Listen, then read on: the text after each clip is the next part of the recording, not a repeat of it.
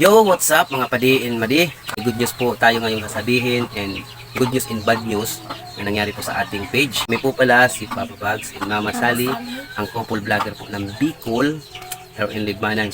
Una pa sa lahat, ang bad news po na nangyari sa aming page, nahack po ang page namin noong March 19. March 19. Kasiyahan namin nung piyesta dito sa aming barangay. Alas 11 po ng gabi, nahack siya. Na-recover po siya March 26 PM. Halos hindi po siya nag 24 hours dahil po sa tulong niya ng ating idol and ang legend na si Rodin is Iko. Legit na account na may blue badge. Yan po. Sa mga nagpapakalat po na peke na account ni Sir Rodin, siya lang po ang legit na Rodin. And makikita mo ang page niya. Nandiyan napakarami na nagpatunay na kung sino man ang mga natulungan niya. Nandyan si Zainab, si Kamangyan, si Sir Geben, at dami-dami pang iba. And sana hindi kayo makasali dyan kasi napakasakit sa ulo po ang nahack ang account. Unang-una din, pasalamat ako kay Boss Caripa na nag-repair sa akin, na nagsabi na si Boss Roden ang dapat kong lapitan. And ayun, naswerte tayo kasi mabilis siyang nag-response.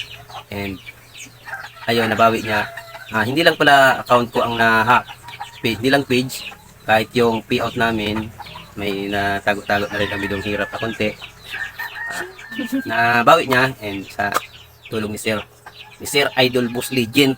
Alang si Sir Iko po ang legend. Legend talaga. Kaya po, ito po ang page niya. Pakipalo po and pakishare na din po ng video ito para maikalat na kung sino po ang Nangangailangan ng tulong. Nandiyan si Sir yan. Roden. Siya po ang nilapitan natin na napaka-legit.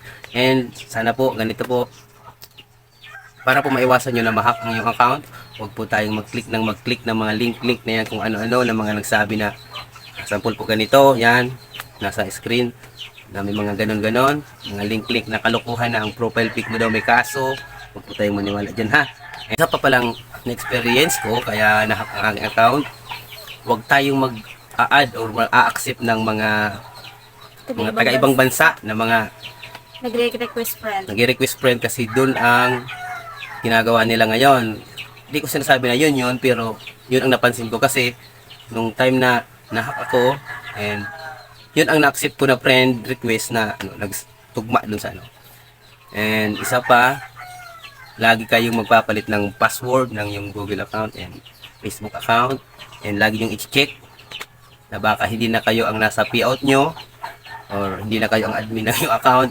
Kaya po, ulitin namin, salamat po sa mga nagsuporta po na nag-alala na baka daw po mawala na yung account namin na hirapan namin na mag 38k followers na po.